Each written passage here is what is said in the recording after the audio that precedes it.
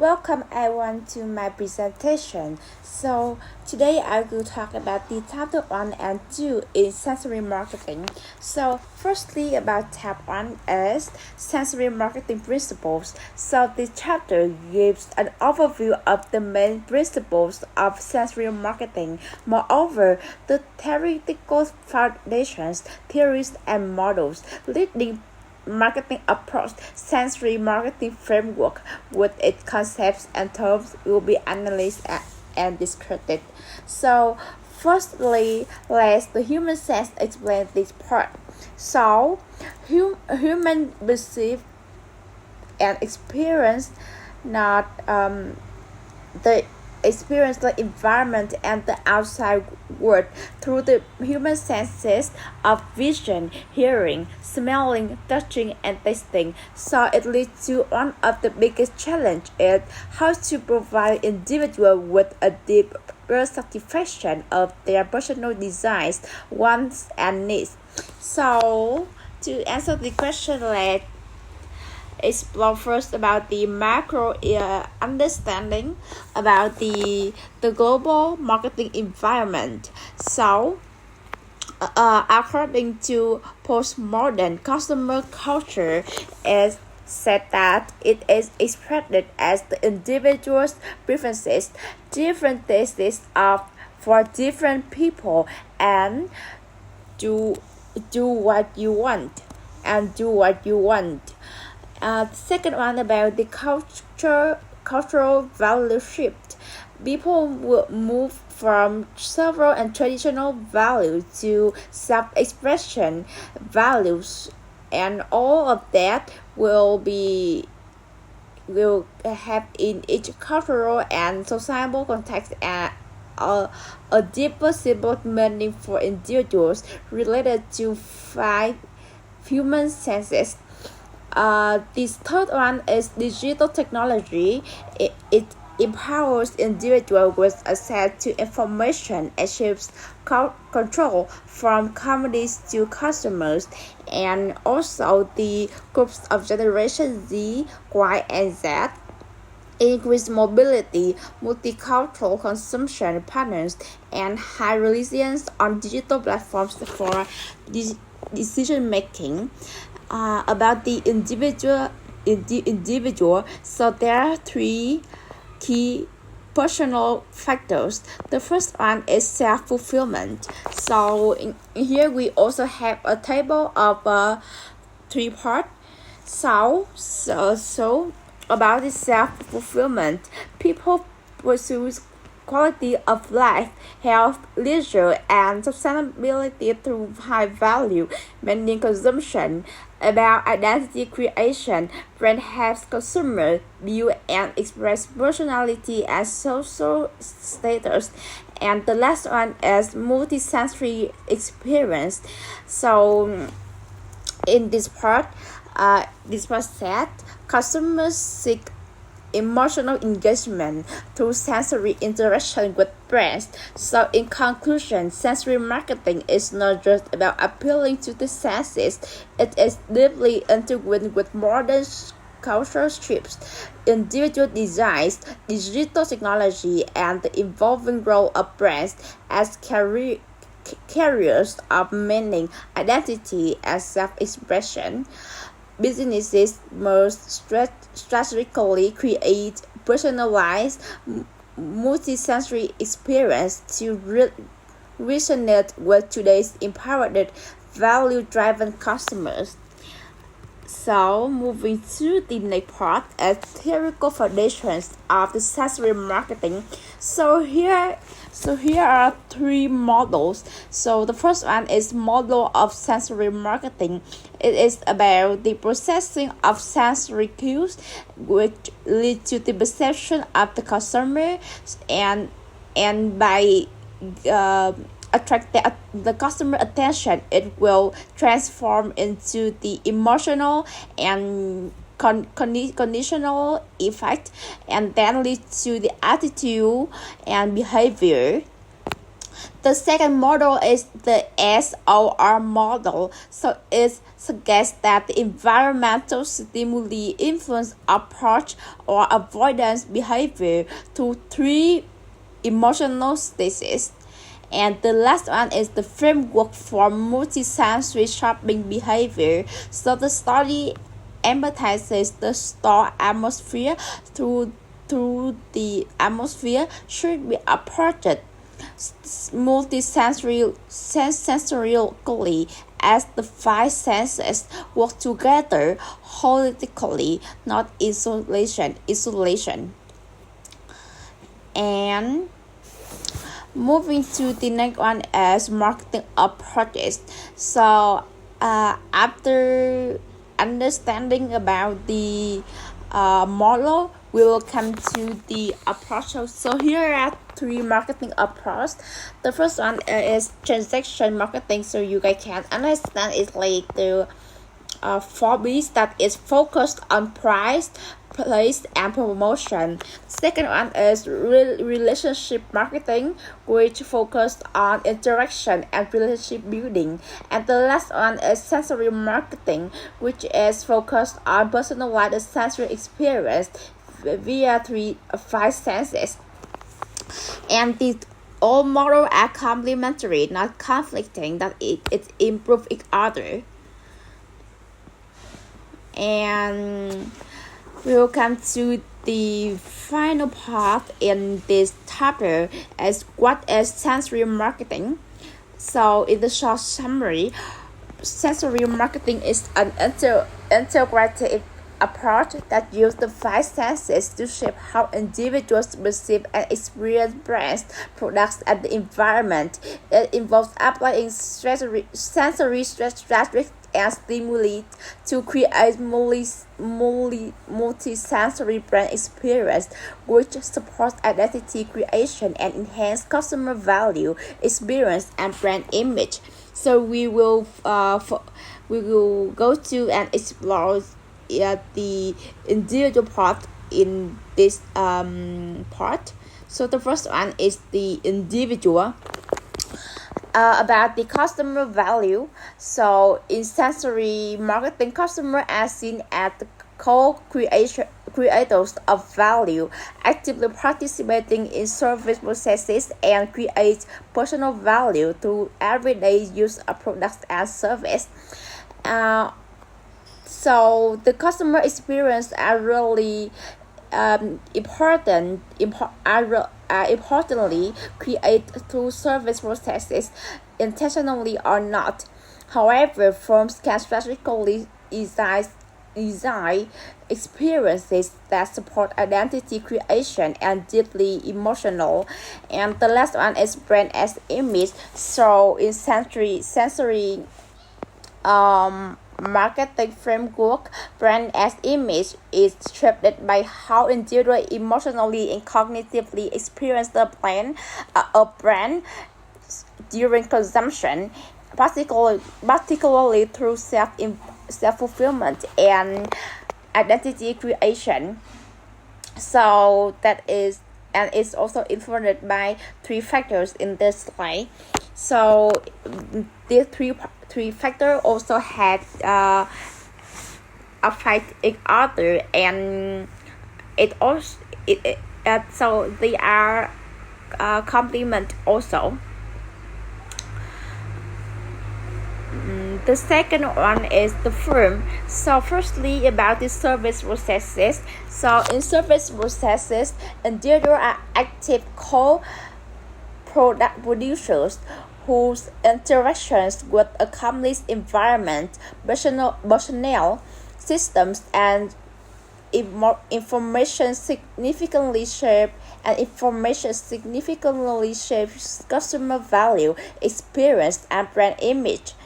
The human senses play a vital role in perceiving and evaluating these interactions. The second one, so it also have effect to the sensory experience when a sensory experience goes beyond a typical experience by deeply engaging the five senses during interactions with environment, staff, or systems in the service processes. These experiences are shaped by authentic, emotional, sensory cues and lead to the positive and or negative outcomes. And the last one is sensory marketing strategy. So the first one is visual strategy. So some stimuli such as graphics are related to various contexts for goods and service. So the company can focus on that. The second one is sound strategy, as some key stimuli includes music, voice that creates atmosphere and express the brand identity. Also, the smell strategy used effectively that can enhance brand recall, satisfaction, and even influence behavior. Touch is powerful for well-being and product evaluation. These tests includes inner and outer dimension is deeply linked with other senses to form culinary experience. So to sum up all, we have a table in here with the multi-layer, multi-sensory layer brand experience, so you guys can watch it to sum up the knowledge in this chapter. So moving to the chapter 2 is the sensory brand. So the first one we will come to and explore the sensual perspective. So according to sensual theory, perception is shaped not by individual parts but by how those parts relate to form a complex, balanced, and a simple whole.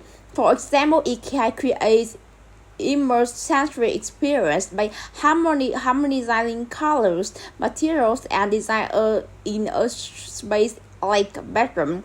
And it's all of it also drives to shape mental image of brands in the customer mind. Moving to the next one is the brand at the part of brand as the black box. So why black box? So first we will explore the consciousness and unconsciousness in consumer perception. So in nowadays humans received around 11 million bits of sensory input per second, but only 40 bits of second are processed consciously. So this highlights how unconscious process shape identity, behavior, and sensory experience. So it's also the influence. These factors also influence how individuals define themselves and react to everyday stimuli without conscious thoughts, and this is also cultural codes. So moving to the next one is the brand model. So here these are three brand model here. The first one is symbolic to the instinct and survival. The Olympic system is also about the emotions, and the last one is about the thinking and decision making. The next part is sensory input. So sensory input and the perceptual process. So here we also have the figure for you guys to easily understanding, and also we can see that perception involves but receiving, organizing, and interpreting sensory stimuli to generate subject responses, and it's also they are shaped by cognition and emotion validation. So come to the memory system of brain. So we will explore what is sensory memory, short-term memory, and long-term memory. So the first one is sensory memory. So to overall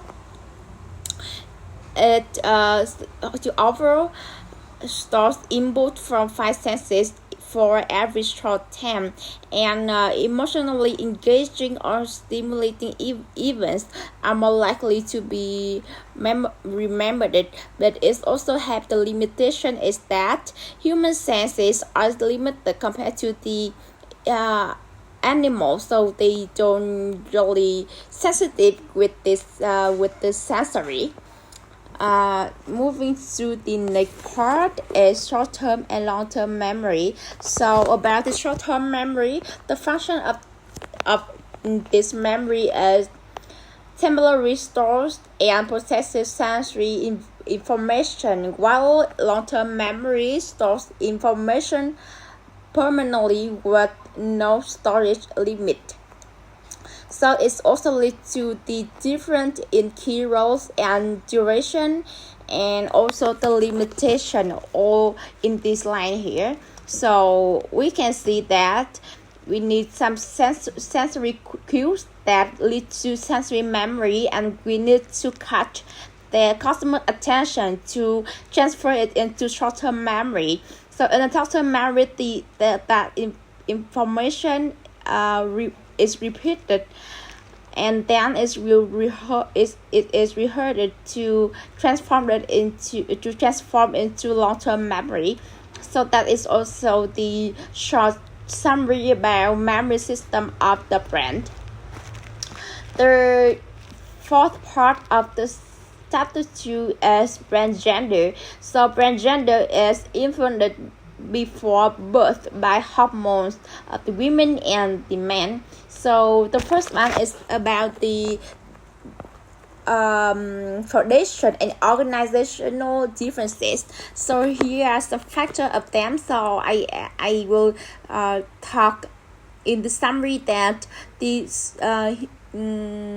women are high emotional memory retention, and they also do everything very clearly and based on their emotional rather than demand.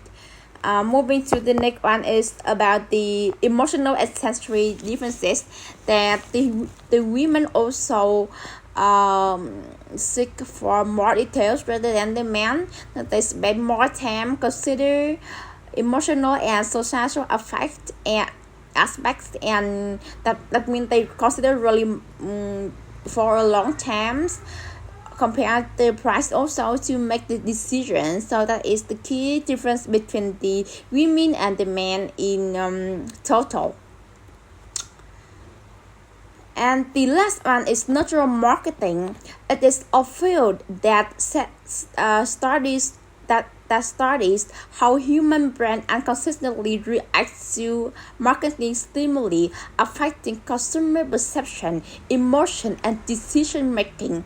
And this also the way that the marketer used to shape the customer's mind, and this is how they deliver the message to the customer. So here are three core techniques and the one addition techniques, so you guys can see how they measured and their strength and also their limitation to apply in your work.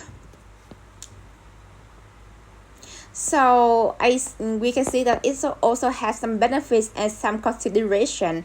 About the benefits, it offers deep insights to how customers experience the brands, but there are some ethical conditions that concerns exist around unconscious influence and customer behavior. So the natural marketing release how sensory and emotional stimuli affect customer behavior at the brand level. So we should use it in this suitable level and need to avoid the ethical conditions.